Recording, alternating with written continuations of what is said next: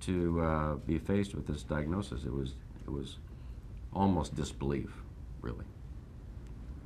But it was emotional. You know, it was emotional, and doing the research to decide on surgery versus radiation was not easy. You know, the research was easy, but making that decision, and yeah, one of the difficulties of that is that doctors won't make the decision for you. well, not when you're at the stage that you were. But they No. said it's then, you know, when it got to a certain point, the statement was, we need to do something, and now you just have to decide radiation or surgery.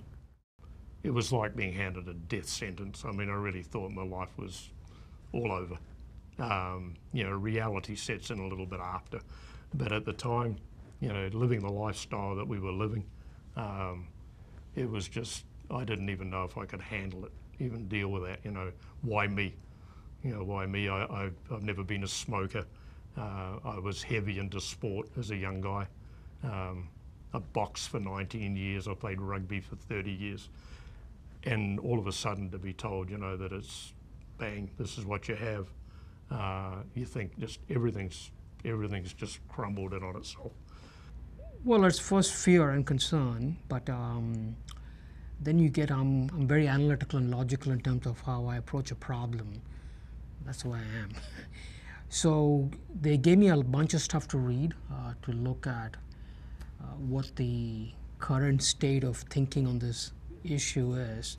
When it was revealed to me that I had prostate cancer that needed to be dealt with, I didn't freak out. I had no great outward signs of fear or frustration, anger, or any of the signs of grief or anything like that, disbelief.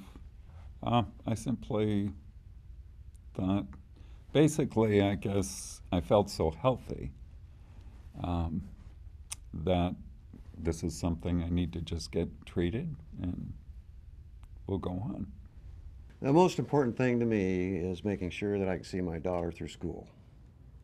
And that's what I told my doctor. I said, keep me alive long enough to do that. And that was my first thought. When we got the diagnosis at first, when I was just distraught and really scared, I have to say.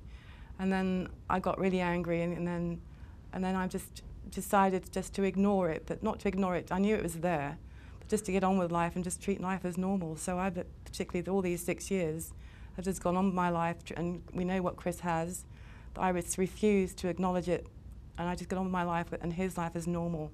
So we've been sailing, we work, we go on vacations, we do everything like normal people do, and just living what they say, living with cancer. That's pretty good.